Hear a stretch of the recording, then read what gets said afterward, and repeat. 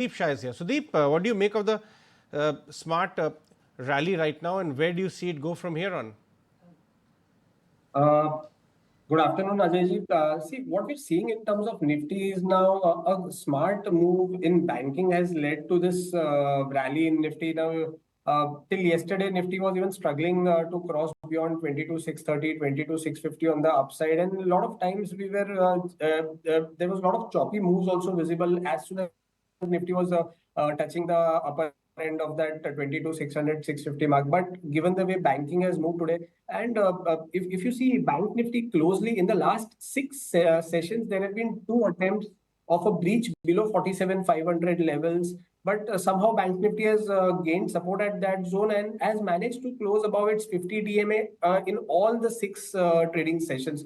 So I feel Bank Nifty could now continue edging higher up to 48,700, 48,900 in the next few sessions. And that in a way would support Nifty also. And if you closely look, Nifty constituents also, see from banking, ICICI Bank and Axis Bank have really shown good traction from lower levels, but it is Reliance and Bharti Airtel along with Larsen and Infosys, which have supported the Nifty. So overall on Nifty, I feel this current momentum could continue up to 22,900, 23,000 on the upside, which is the upper end of the rising channel. And on the downside, now immediate supports are placed around 22,600, 22,580 mark. What about the bank Nifty? Today, what has happened is that the up move has come on the back of private sector banks actually. One could say that this is the RBI bonanza news which is taking yields lower, that triggered the up move or whatever. Where do you see the bank Nifty head in the near term?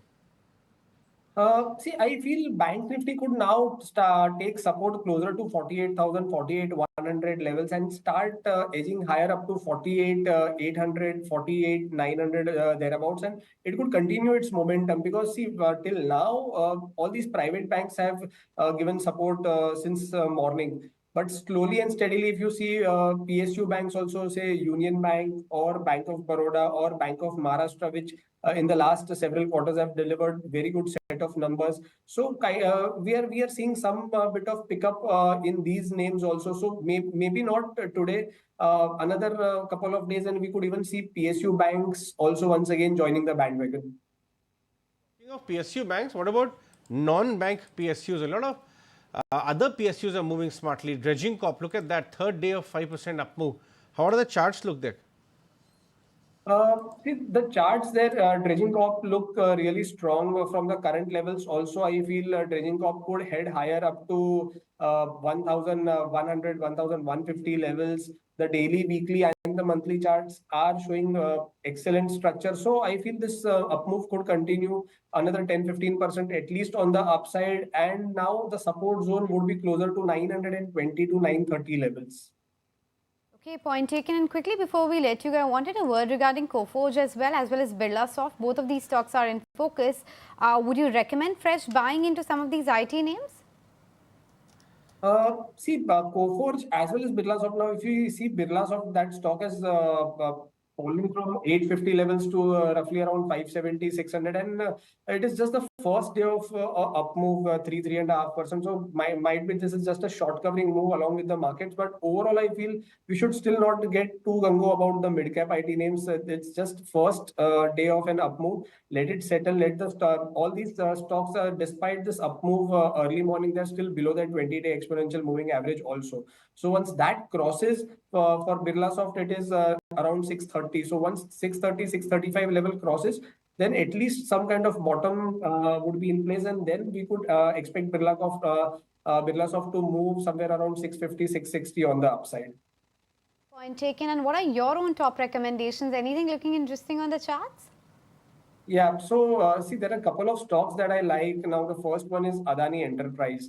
If we all remember, in November 2023, the stock was closely around 2,200. From there, we saw the stock rallying all the way up to 3,350, and then the stock retraced 50% of that entire up move, retested its 200 DMA closer to 2,800, and in the last 10-12 sessions, it is edging higher, higher top, higher bottom formations are also visible on the weekly charts.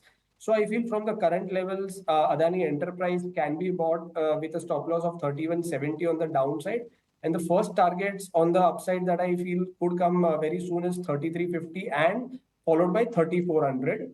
The next stock that I like is from the banking pack. Now, since private banks are moving and it's largely led by Axis Bank today, the stock in the last 15-20 days had seen a good move, say in mid-April, from 995 levels to almost 1180, and then there was some consolidation, retracement visible.